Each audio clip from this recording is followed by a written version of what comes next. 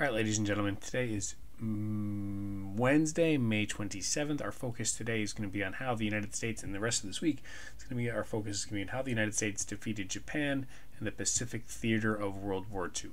Last week, we finished talking about the European theater, how the United States and Great Britain especially defeated fascist Italy and Nazi Germany. This week, we're going to focus on the United States and the war in the Pacific theater in the Pacific Ocean, as the United States and the Allied powers got closer to and ultimately defeated Japan. So we're going to get started, what I want you guys to do is take a look at this map down here. Just jot down some things that you guys see in this map and notice what is this map about. We're going to be coming back to this map a few times today throughout the lesson. So take a look now, and we'll talk about it in a moment. All right, so you paused your video a moment ago. Now you are back. What did you write down about this map? You could have written a number of different things down about this map. This map showed how Japan expanded and took territory between 1931 and 1942, and how they took a lot of territory, especially in China and then in Southeastern Asia. Then the map also shows how from 1942 to 1945, the United States and the Allied powers started to push back against the Japanese advance and ultimately forced Japan to surrender. So we're going to come back to this map a few times today. Our main focus is going to be on reading in the textbook, Chapter 27, Lesson 5. If you have your hard copy, you can reference that in the table of contents. If you need your digital version, you're going to log into the ConnectEd website, and you're going to go to, you'll log into your student. We'll look at to get this. You log into this section. You're going to go to Chapter 27, Lesson 5. We're going to read the first 2 pages of this section here. So I'm going to read it out loud. We'll stop along the way.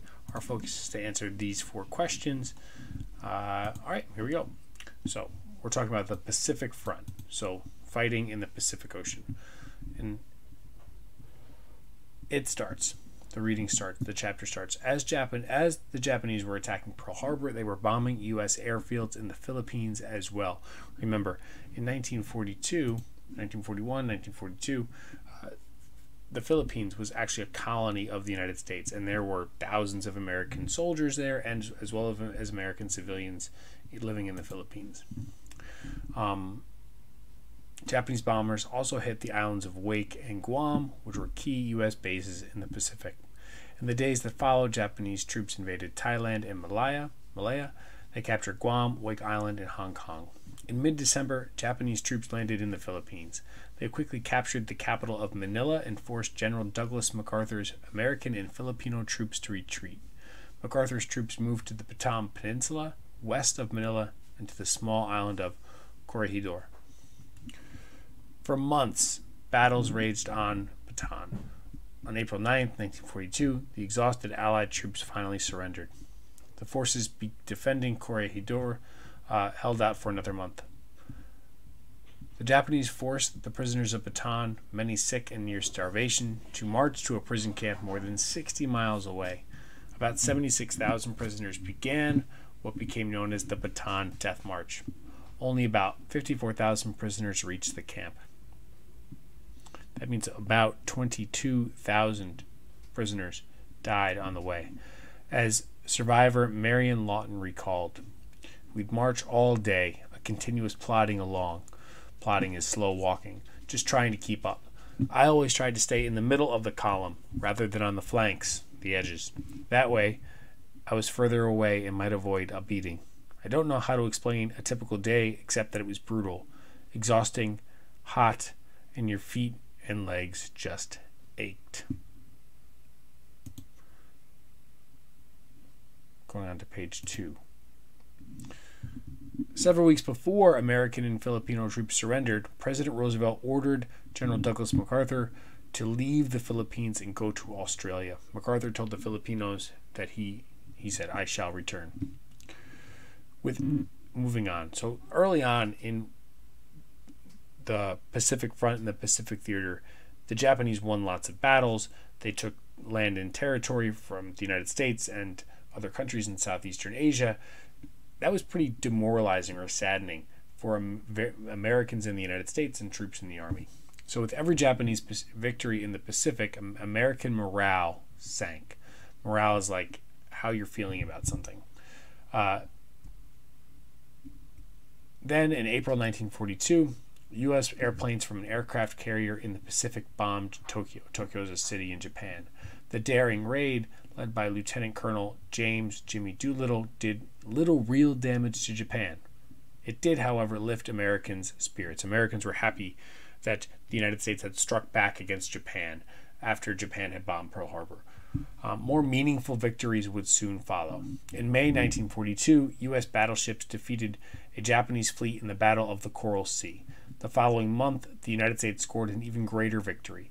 In the Battle of Midway, northwest of Hawaii, the Navy destroyed 4 Japanese aircraft carriers and hundreds of airplanes. In a war fought mainly among scattered islands in a wide ocean, Japan's losses at Midway were crippling. Like losing 4 aircraft carriers was a big deal. And if we look at our map, the battle that the United States won in the Coral Sea was really important because Japan could not disrupt the United States sending supplies to Australia. And then the Battle of Midway was really significant and important because Japan believed that from Midway, which is right here, it would be able to attack the United States naval base in Hawaii, take the Hawaiian Islands, and then eventually, that would stop the United States. That would cut off American supplies from getting into the Allied troops in Southeastern Asia and Australia. It would cut off supplies from the United States to the American Navy and American Army in the Pacific Front as well. So when the United States won this battle, it was really important for a number of reasons. Most significantly, though, that the Japanese Navy suffered those devastating losses of losing hundreds of planes and aircraft carriers. Aircraft carriers are boats that can send off attack planes from them. Now the United States prepared to go on the offensive against Japan. The U.S. commanders, General MacArthur and Admiral Chester Nimitz, chose a strategy known as island hopping. It meant that they would attack and capture key islands. These islands would become bases from which to attack others. In this way, the Allies would move ever closer to the Philippines and to Japan. So by 1942, Japan had taken lots and lots of land and territory. The Pacific Theater was about taking that land back and then getting closer to Japan and forcing Japan to surrender. So island hopping meant that the United States wouldn't fight and try to take every single piece of territory, though, that Japan had taken, or try to fight every single garrison that Japan had in Southeastern Asia. A garrison is like a force of military, a military force.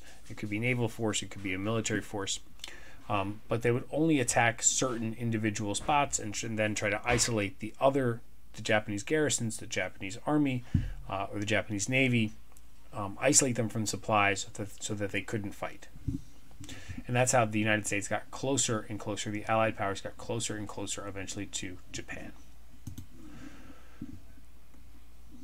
Between August of 1942 and February of 1943, U.S. forces fought for control of Guadalcanal, one of the Solomon Islands. The Japanese put up a stiff resistance, and after intense fighting, the U.S. forces were able to secure the island.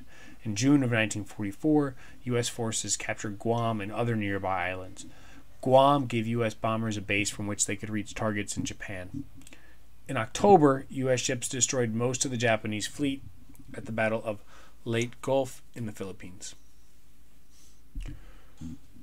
All of these battles were really, really important, and really any of these battles that the United States won that got them closer to Japan could have forced Japan to surrender. Really, looking back, historically speaking, after Japan lost the Battle of Midway, they basically had no chance to win World War II, and they could have surrendered. And as the United States got closer and closer to Japan, and they were able to continue sending supplies to the American Navy, or to the American Army, or to the Allied Army, and also cut off Japan from accessing supplies, it became increasingly clear that Japan could not win World War II, that they would not be able to defeat the Allied powers. But they continued to fight despite that. next section, on toward Japan. U.S. forces were closing in on Japan. In March 1945, they seized the island of Iwo Jima, and in June, the island of Okinawa. These victories brought the Allies within easy reach of Japan itself. The battles were costly, however. Thousands of Americans died in the fighting, and many thousands more were wounded. In fact, the Battle of Iwo Jima and Okinawa are probably best known for how terrible the fighting conditions were for Allied forces and how tenacious the Japanese fighters were. In Iwo Jima, for example, we'll pull that up on your map here. Iwo Jima is here, this small set of islands. The Japanese commander basically knew that Japan could not defeat an American force landing in Iwo Jima, but the Japanese commander wanted to make the United States, he wanted his soldiers to fight so hard that the United States would question whether it should continue in World War II, whether they should just stop trying to advance toward Japan. They built a series of underground tunnels and fortifications and basically refused to surrender. 20,000 Japanese soldiers were stationed on the island, and less than 300 surrendered. Everyone else fought to the death or committed suicide. More than 6,000 American soldiers were killed, and more than 18,000 American soldiers were injured in that fight. The conditions, again, the fighting so hard fought that at times American soldiers moved not, by the foot or the mile, but by the inch. Over the course of 4 days at one point, they moved just 1,000 yards. That's how terrible and tough the fighting was. In Okinawa, similar. Okinawa was a really small island. More than 90,000 Japanese soldiers were killed in Okinawa. And that fighting lasted for that very small island between April 1st and June 4th. Again, just like in Iwo Jima, the Japanese dug underground tunnels to make the fighting very intense. And then as the fighting got closer and closer to the end, and as Japan ran out of supplies,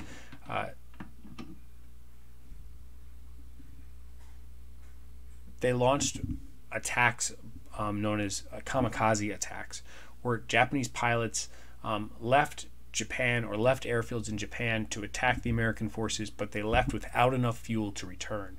So they left with knowing that they would be killing themselves in an effort to try to defeat the United States and the Allied powers. And these two battles especially, demonstrated to the United States just how hard it would be to defeat Japan in any sort of land invasion of the actual mainland islands of Japan. Okinawa and Iwo Jima were really small islands with large forces, but if Japan defended these two islands so strongly, the question that American military leadership had was, and Allied leadership had, was what would it be like to invade Japan proper? Again, as the textbook said, fighting and winning the battles in Okinawa and Iwo Jima were really, really important for the United States and the Allied powers as well, because they could launch B-29 bombers and attack and bomb cities or military locations in Japan, which they could not do from the other islands that they had, which is what made it so important. And that's where we're going to stop today. We are going to stop in June 1945. The Allies getting closer and closer to Japan. On Friday, we will see and talk about how the United States and the Allied powers ultimately forced Japan to surrender. I'll see you guys at office hours in the morning on Thursday, or if you want to see, or on the evening on Thursday, or Wednesday or Friday morning. So I'll hope to talk to you soon.